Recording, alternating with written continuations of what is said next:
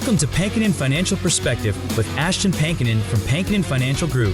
Planning for your financial future means navigating challenges like market volatility, inflation, and retirement income.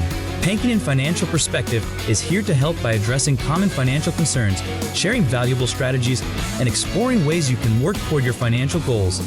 Now let's get started with Pankinen Financial Perspective. Hello and welcome to the Pankinen Financial Perspective. My name is Ashton Pankinen from Pankinen Financial Group. If you'd like more information about what we hear during our show today, give us a call, 952-873-2703, or visit us online at pankinenfinancial.com. That's PANKONIN financial.com. And while on my website, click on the radio page to check out past shows and to subscribe to our program on Apple Podcast, Spotify, or Amazon Music.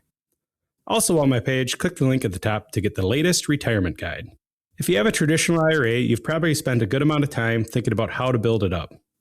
Contributions, investment choices, compound growth over time. But there's another side to that conversation that doesn't always get as much attention. And that's how and when you actually take the money out. Because it turns out the decisions you make about withdrawals can matter just as much as the decisions you made while you were saving.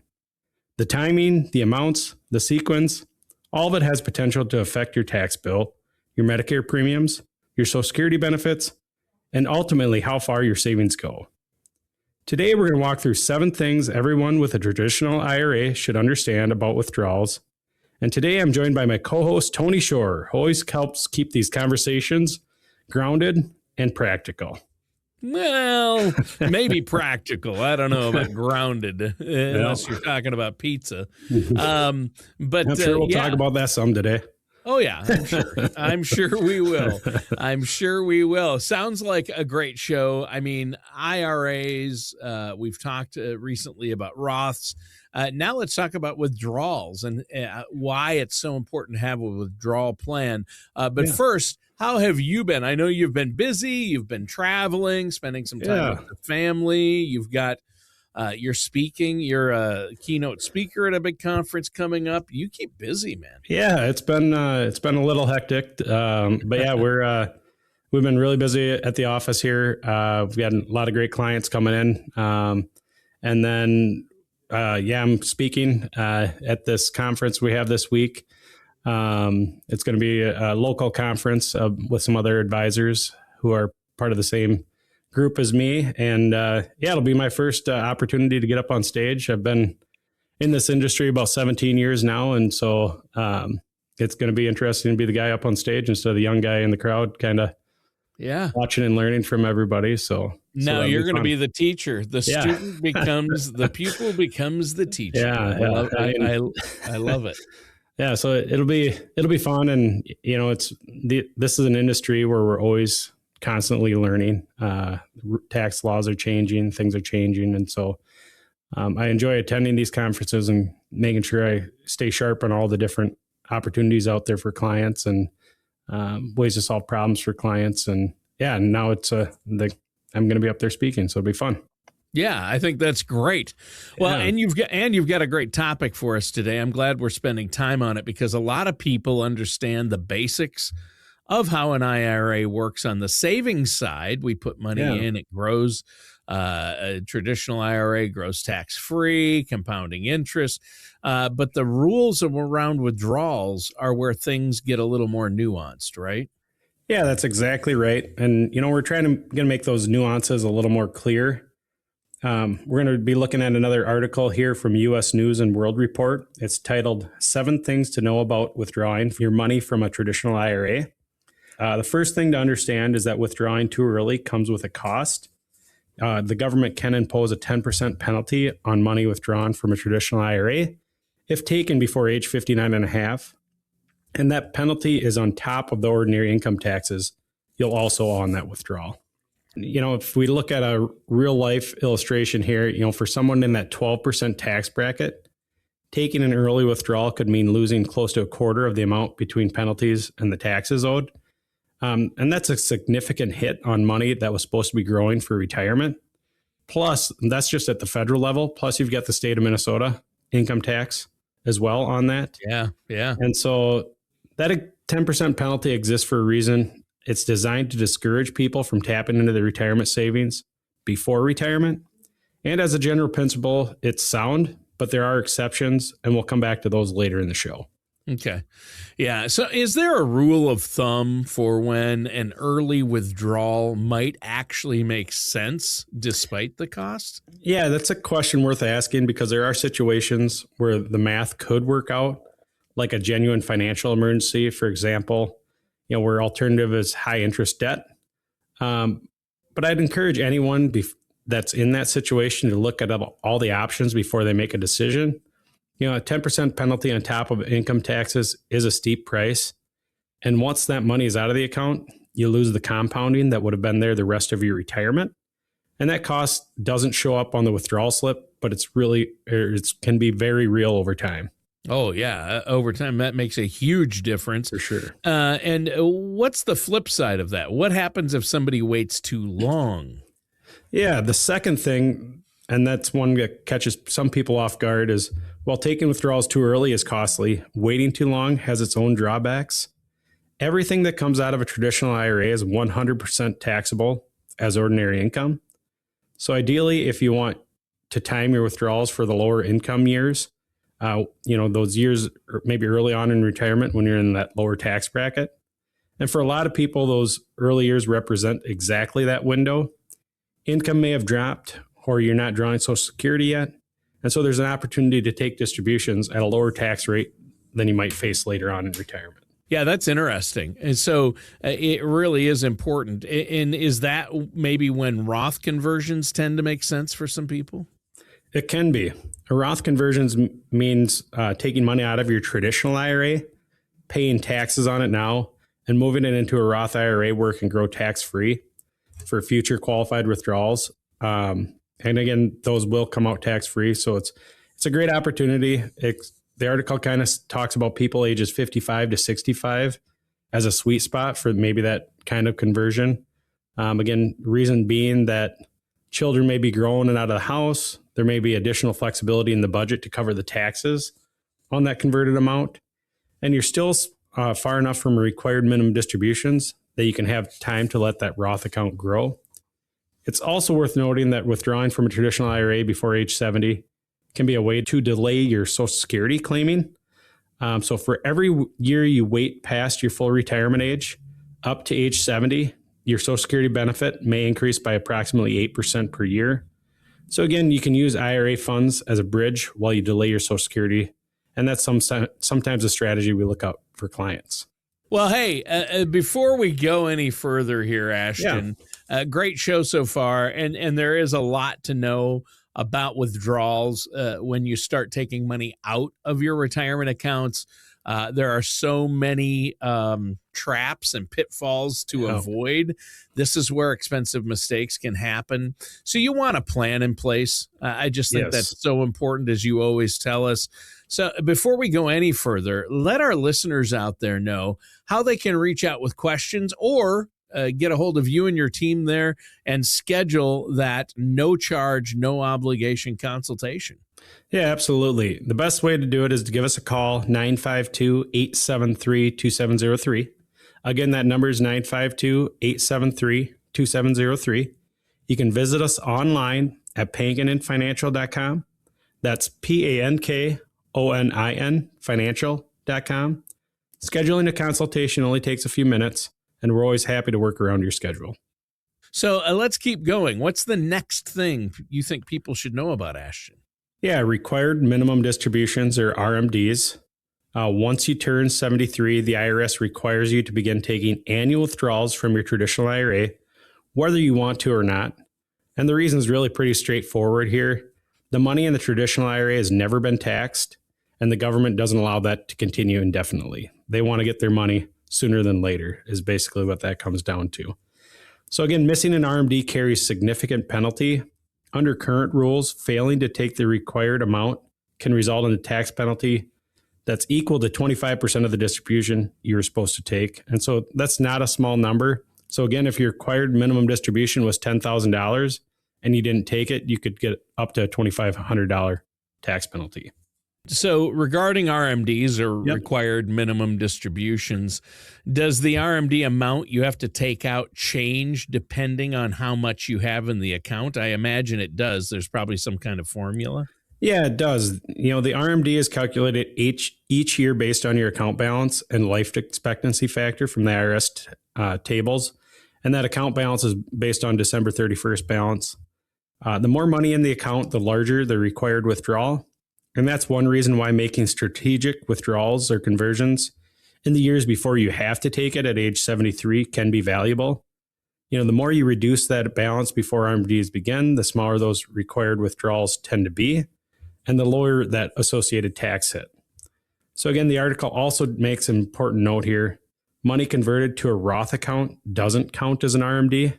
So if you're converting in advance of age 73, that is reducing your future RMD exposure, but it's not satisfying your RMD. And so I have a lot of clients who are like, hey, let's use our RMD to convert to a Roth. And if we want to convert, we've got to do the RMD and then additional money.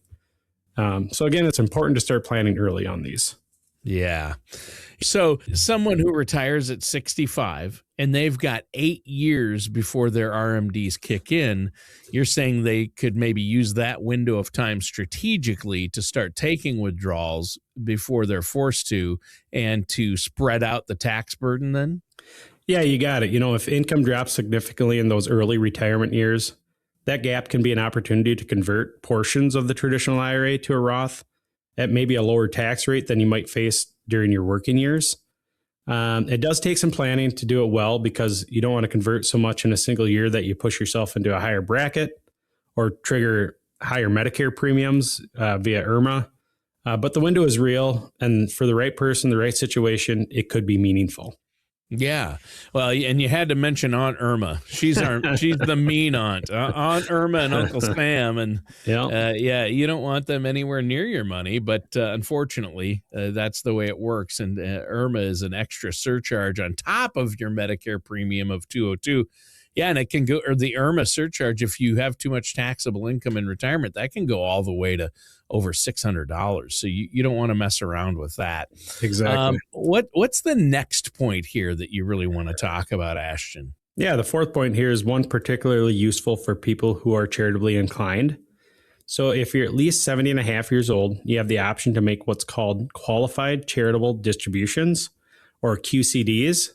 And that's when you direct money from your IRA straight to a qualified charity up to $100,000 per year. The money goes directly from the IRA to that charity, thus bypassing you entirely. And here's the valuable part. A QCD can satisfy your RMD requirement for the year. And because that money goes directly to charity and not you, it may not count as taxable income there. And so again, that can reduce your adjusted gross income in a meaningful way by giving to those charities. And I've got lots of clients that do that. They're already given to their church anyways. And so we do it out of their IRA account. And then they can still claim that standard deduction. And so again, it's definitely a meaningful way to help reduce some of those taxes. Well, yeah. So instead of taking the RMD, paying taxes on it, and then donating the remainder or writing a check out of your checking account, you skip the taxable part and skip that step entirely. And I know so many people, my parents were in that situation, Ashton. They gave regularly to their church. They would tithe, and they would write like probably 2 relatively large checks per year. They decided to do it every 6 months. They'd tithe twice a year, and that would come out, they'd write a check out of their checking account, and they were over RMD age, and they could have given the church more or kept more because they could have gotten,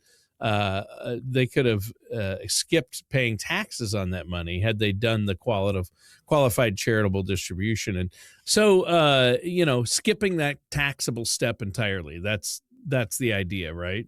That's the idea. And again, it's cleaner and potentially more tax efficient way to give for those who are already planning to donate anyways. And I think you touched on it, Tony, as well, but it's something I bring up with all my clients. Hey, instead of giving $2,000 to the church, you could give $2,500 to the church and, again, cut off the tax man. And now everybody's a little better off than they were. You're able to give more to the church. You don't have to pay taxes. And you don't have to pay tax on it. Or the charity doesn't have to pay taxes. Correct. Yeah. So Yeah, that's great. yeah. And so again, it's a tool worth noting for sure. Yeah, I think so too. You using that QCD and looking at those RMDs, you have to have a strategy. And again, these types of cost saving measures are where you come in, and this is just one little aspect where you can save people money. And For sure. I think that's fantastic. So let's talk about the next point, and I think it's Medicare, right? Yeah. How does this play a role here? Yeah, it is. And it's one that surprises a lot of people. IRA withdrawals count as income. And if your income crosses certain thresholds, your Medicare Part B premium goes up. And again, we talked about Aunt Irma, which stands for Income Related Monthly Adjusted Amount. And so in 2026, the Part B premium is typically $202 a month. But if your modified adjusted gross income exceeds $109,000 as an individual, or $218,000 for a married couple filing jointly, you're going to pay more. And those premiums can range anywhere from up to $284 a month to $689 a month, depending on your income level. You imagine going from 202 to 689 a month, and it would hit you unexpectedly because they look back 2 years. So correct. You could make that withdrawal out of an IRA this year. It could bump you into a higher tax bracket. And then all of a sudden, 2 years from now, your Medicare premiums just without notification would go from 202 to over 600. And you'd be like, whoa, wait, I didn't budget for this. I don't have this. That happens to people, doesn't it? It does. And, and we've got some clients who have sold farmland or, did different things like that. And all of a sudden, 2 years down the road, they're like, why'd my Medicare premium jump up? And so again, there's a timing wrinkle here too. Medicare does look back those 2 years when setting up premium levels. That means your 2024 income determines whether you pay higher premium in 2026. Larger than usual IRA withdrawal in 1 year can also have that ripple effect to increase Medicare costs 2 years down the road. And that's a connection worth understanding. And again, when you're thinking about withdrawals and timing and income, again, you want to look at that. Yeah. So a huge point with withdrawals. I mean, like you just stated, a single large withdrawal in 1 year, you're saying that could have consequences that stretch out 2 or 3 years down the road. It can. And, and again, that's exactly why we're looking at withdrawals, not in isolation. You want to ask, what do I need this year? And again, if you look at that, it can lead to decisions that cost more than they need to. It's more useful to frame the project or projected income across several years at once and ask where those low cost windows are. That multi-year income planning is one of the things we financial professionals can generally be useful for because interactions between IRA withdrawals, Social Security, Medicare premiums, they're all hard to model without just laying it out altogether. Yeah. Yeah, and that's huge. You mentioned Social Security right there. Yeah. What about that? That's probably the next point you want to talk about. Yeah, that's the 6th point here. This is one is also easy to underestimate. The Social Security Administration uses a figure called combined income to determine how much your benefit is subject to income tax. So again, combined income is calculated by adding your adjusted gross income and any non-taxable interest, and then half your Social Security benefits. So the article frames it pretty simply. If you take $100 from your IRA, it's treated like $100 of earned income. And that means a large IRA withdrawal can push your combined income level above the threshold that triggers Social Security taxation. Yeah. And don't listen to politicians and sometimes what you hear, Social Security can still be taxed. Yes. Although one big beautiful bill did give that added standard deduction for seniors who are 65 and older. So a lot of people who would have had to pay tax on their Social Security now won't have to. Yes. But if you make too much money, your Social Security can be taxed, which is why you have to look at how much you're withdrawing once again. So walk us through the thresholds with Social Security. Yeah, for a single filer, once combined income exceeds $25,000, 50% of Social Security benefits could be subject to income tax. Above $34,000, up to 85% of the benefits could be taxable. And then for married couples, those thresholds are $32,000 and $44,000 respectively. And these numbers haven't been updated in a long time for inflation, which means they capture way more people than they once did. And it's another reason why thinking strategically about the size and timing of IRA withdrawals can matter just more than just that immediate tax bill. Well, yeah, I would say so. And, the standard deduction helps with some, but if you make too large of withdrawal and you're above that threshold and the standard deduction doesn't cover it because you've got too much else, you're going to have a lot more taxable income there. So For sure. let's before we move on, let's remind listeners again how they can connect with you if they have questions. Yeah, of course. If anything we've talked about so far today has raised questions about your own IRA strategy, we'd love to sit down with you. Again, best way to do it is give us a call, 952-873-2703. Again, that number is 952-873-2703. Visit our website, pankoninfinancial.com. That's PANKONIN financial.com to schedule a complimentary consultation. We're always happy to take a closer look at your specific situation. All right. And let's look at the seventh point. And you alluded to it briefly at the beginning of the show because this is the one about early withdrawal exceptions, correct? Yeah. And this is worth knowing even if you're not planning to use it because life doesn't always go according to plan. While the government imposes that 10% penalty on early IRA withdrawals, there are specific circumstances where that penalty doesn't apply. And the article here lists several of them. First-time home purchase is one more commonly used exceptions. So you can use up to $10,000 can be withdrawn penalty-free for qualified first-time home purchase.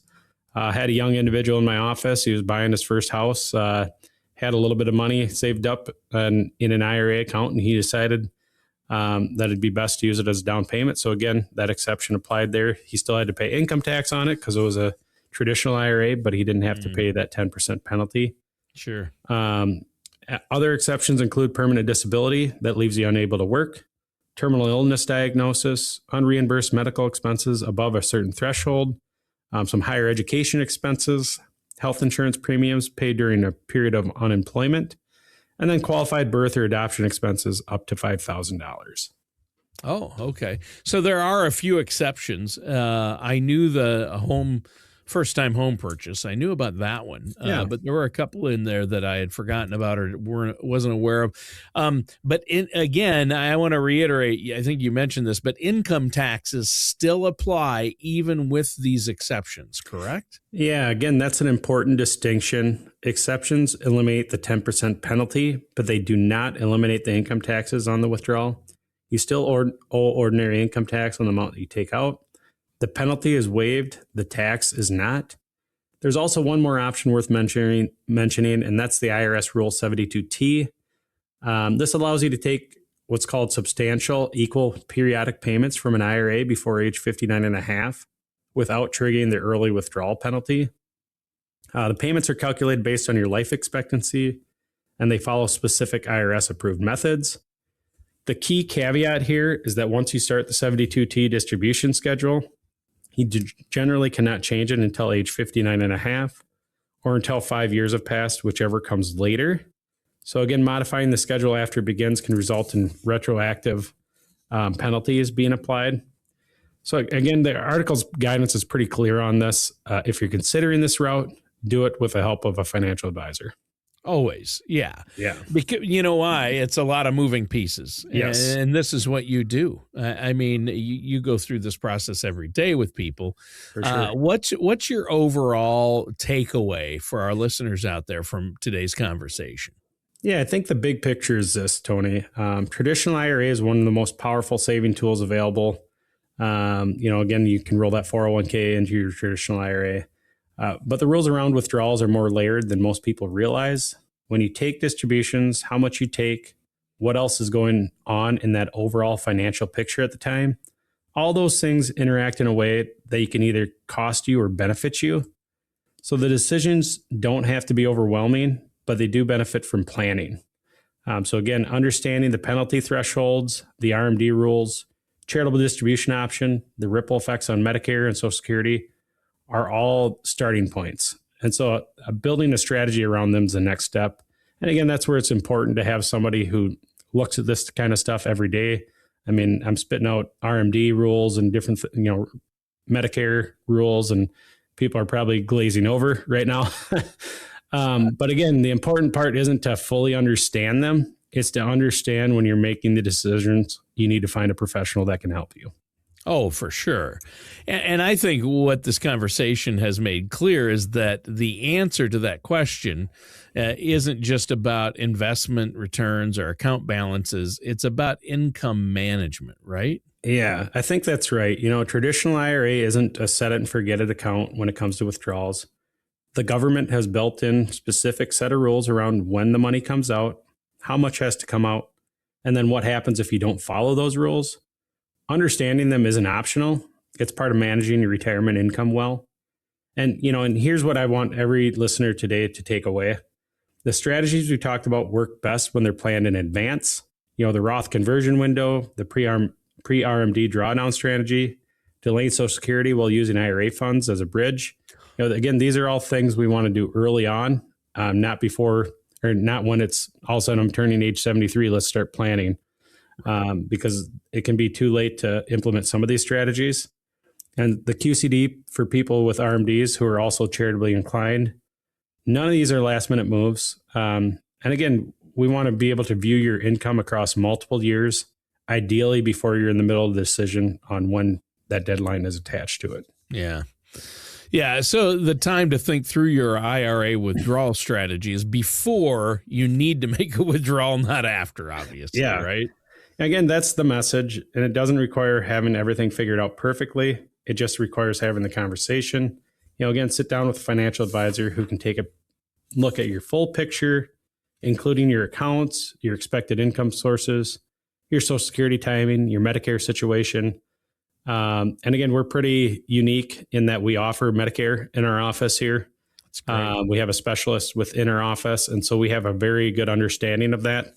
And again, it's a conversation we're very happy to have with you. And again, if anything from today's show has raised a question about your own IRA, your broader retirement income plan, your healthcare plan, give us a call.